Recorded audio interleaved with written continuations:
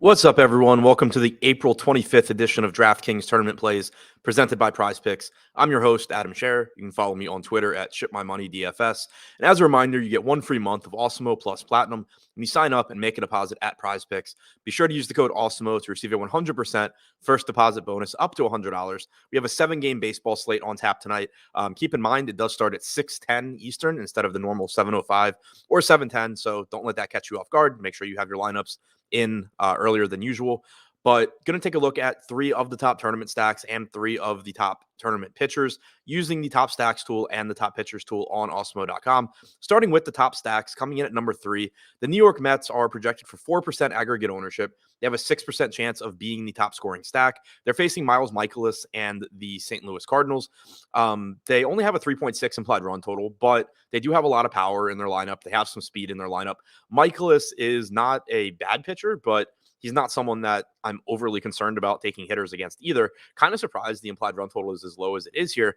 Since the beginning of last season, Mikolas has struck out 17.7% of hitters with a 4.15 xFIP. He has done a good job limiting power, only 0.9 home runs per 9 allowed by Mikolas. He's also only walked 5.5% of hitters, but the Mets, they have a lot of power. They have speed. They're likely to put the ball in play against Mikolas. That's kind of all that you can ask for at low ownership. Number 2, the Colorado Rockies projected for 1% aggregate ownership with a 6% chance of being the top scoring stack. They're facing Kyle Gibson tonight in Philadelphia. They also have a 3.6 implied run total. The Rockies lineup isn't that good, but you do have Charlie Blackmon, you have Bryant, you have CJ Cron, and then you can kind of just round it out with guys like Connor Joe or Ryan McMahon, Brendan Rodgers, guys that do have at least a little bit of power. And most importantly, it's a favorable park for hitters. It's a team that's getting virtually no ownership here. Kyle Gibson is another pitcher kind of like Mikolas, where he's not bad, but he does only have a 21.5% strikeout percentage since last year, 3.94 xFIP, 0.78 home runs allowed per 9 innings. Another pitcher that's just likely to allow your hitters to put the ball in play, and from that point, you're just hoping that that balls fall in for hits. At low ownership. So just a team that, not super likely to come through, not the most exciting team to stack, but not getting as much ownership as they probably deserve either. And number 1, the other side of that game, the Philadelphia Phillies projected for 11% aggregate ownership with a 12% chance of being the top scoring stack. They're facing Kyle Freeland. They have a 4.9 implied run total. Freeland has allowed 1.4 home runs per 9 with a 4.27 xFIP since the beginning of last season. He struck out 19.7% of hitters.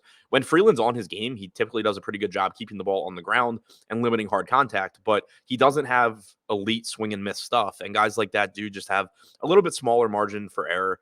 The Phillies are getting some ownership, but we know that they have a ton of power in their lineup, and they're still projected to be a little bit underowned.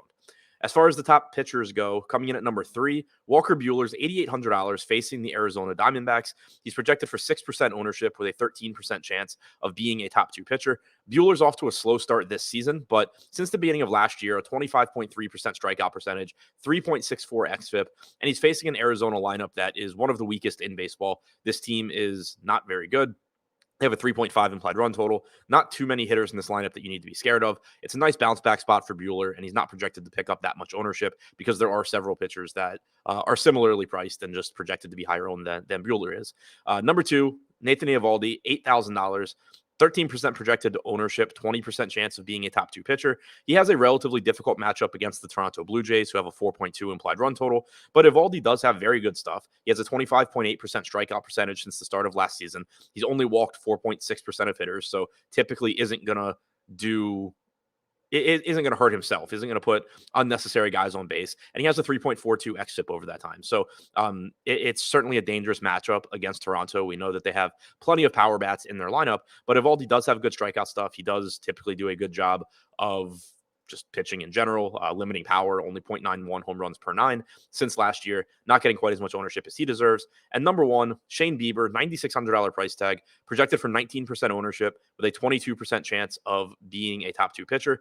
Since the start of last season, Bieber has a 32.4% strikeout percentage, 2.92 xFIP. He's facing the Los Angeles Angels, who have 2 of the best hitters in baseball at the top of their lineup with Shohei Ohtani and Mike Trout. But beyond that, things get pretty ugly. Anthony Rendon and Jared Walsh are both good hitters as well. But as you move down the order and you start getting to guys like Taylor Ward, Joe Adell, Max Stassi, it's not that they're horrible, but there is strikeout upside there. And there are certainly guys that you have to like Shane Bieber's chances against. The Angels do have a 4 implied run total here, so a little bit higher than I would have anticipated. But Bieber is still projected to be a little bit under owned. So to recap, the top 3 tournament stacks on DraftKings: number 3, the New York Mets; number 2, the Colorado Rockies; and number 1, the Philadelphia Phillies. The top 3 pitchers in DraftKings tournaments: number 3, Walker Buehler; number 2, Nathan Eovaldi; and number 1, Shane Bieber.